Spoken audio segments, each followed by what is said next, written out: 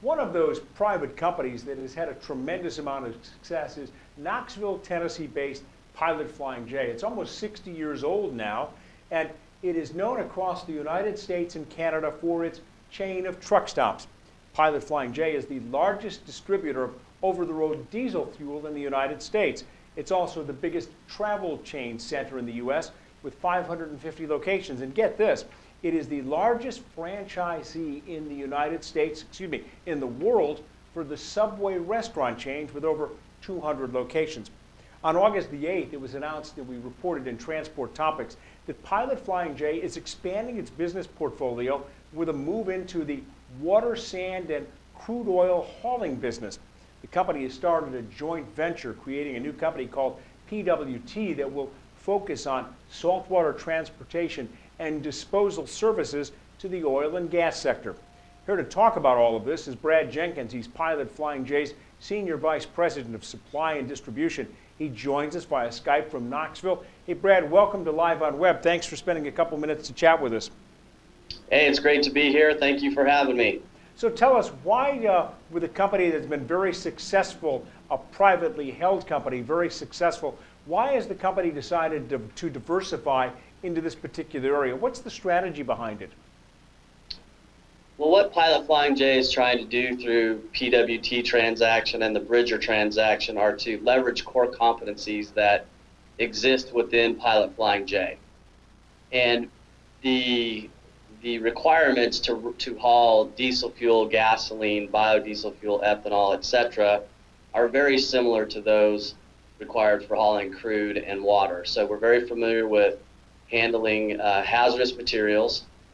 We have the infrastructure in place for hiring drivers, safety, dispatch systems, and we're really trying to leverage our capabilities to be able to serve the oil and gas sector. But this is an area that, as we were talking about before when we did the interview for Transport Topics, your company moves millions of gallons of diesel fuel every year for the trucking industry. But this is a little bit of a different niche. This is going to be getting out into the oil and the natural gas fields across the United States. A little bit different type of a market, isn't it? It is, and we have some experience in 2010 when we merged with Flying J. Part of that transaction, we inherited a crude hauling business that we have basically grown to about 250 trucks. So over the last 8 years, we've been building our capabilities in that space, building up the number of barrels that we haul every day, and basically trying to leverage that knowledge and the capability and the infrastructure that we have to serve the oil and gas industry across the United States.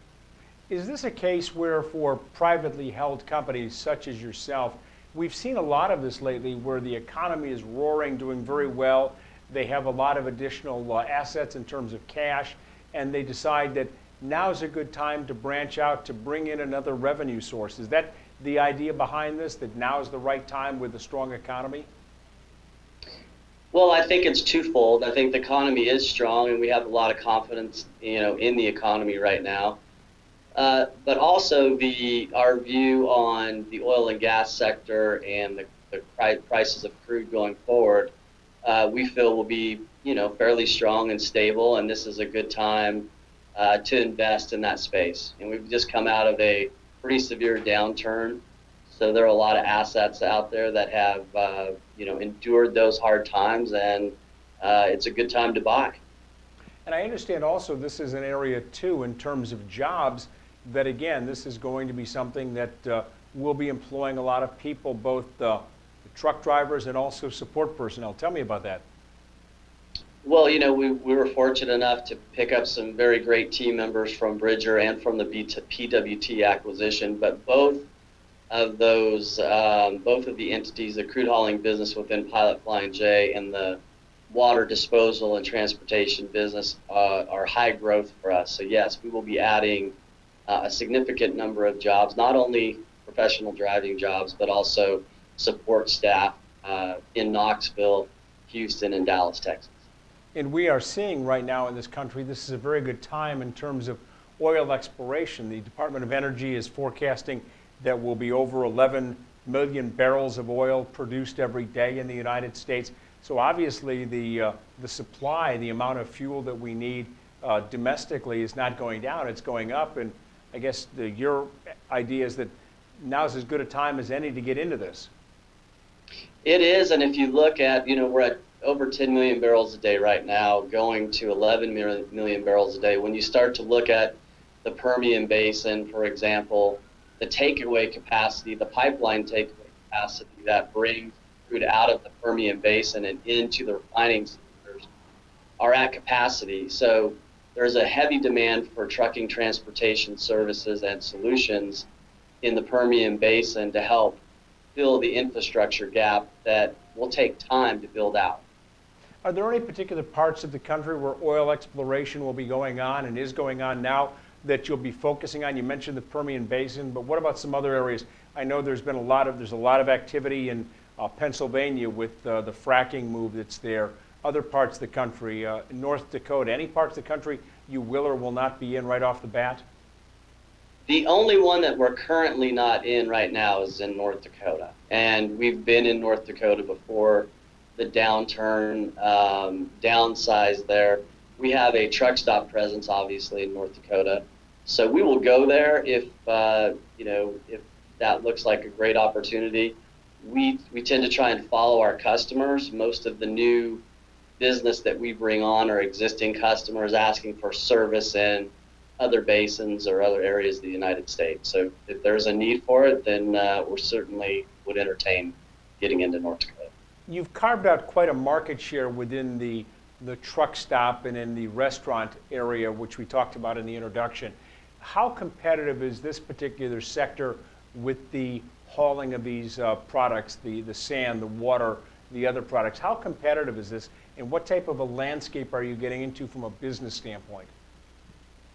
Well, the truck stop industry is a very mature market and very competitive. So it's we compete every day to win the business of the over-the-road trucking customer, and we take that as our core business, and we take that very seriously, and we want to deliver our guests the highest level of service that we can. But it is a mature business, and trucks are getting more efficient. We call it the Amazon effect. Logistics companies are getting more efficient, so you kind of have a twofold headwind, I guess, against the truck stop industry, in that you've got flat to declining volumes because of fuel efficiency, and then you also have the efficiency gained through logistics solutions, and it's very competitive, and we are looking for ways to diversify, leverage core competencies, and diversify our business and get some exposure to other markets, other sectors.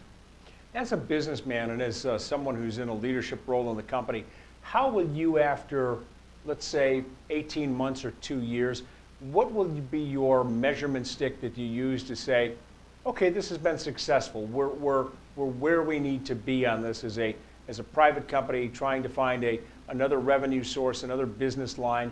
How would you measure success? Well, the most important thing that we face, or any transportation company faces, is safety.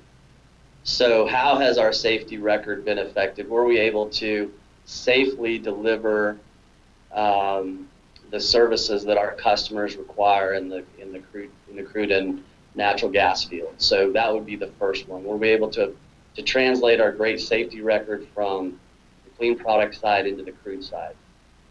Secondly, were we able to meet the needs of our customers? Without our customers, we'll cease to exist. There are plenty of people that will come in and be able to provide services like this. We need to make sure we deliver excellent customer service. And thirdly, how profitable and efficiently we can run the business. Brad Jenkins joining us from Pilot Flying J's headquarters in Knoxville, Tennessee. Brad, we appreciate for you taking the time out when we know what is a busy time to chat with us here on LiveOnWeb. Thanks again for making yourself available, and we look to chat with you again down the road on one of our broadcasts. Thank you very much. My pleasure. Thanks, Dan. Appreciate it. Have a great day.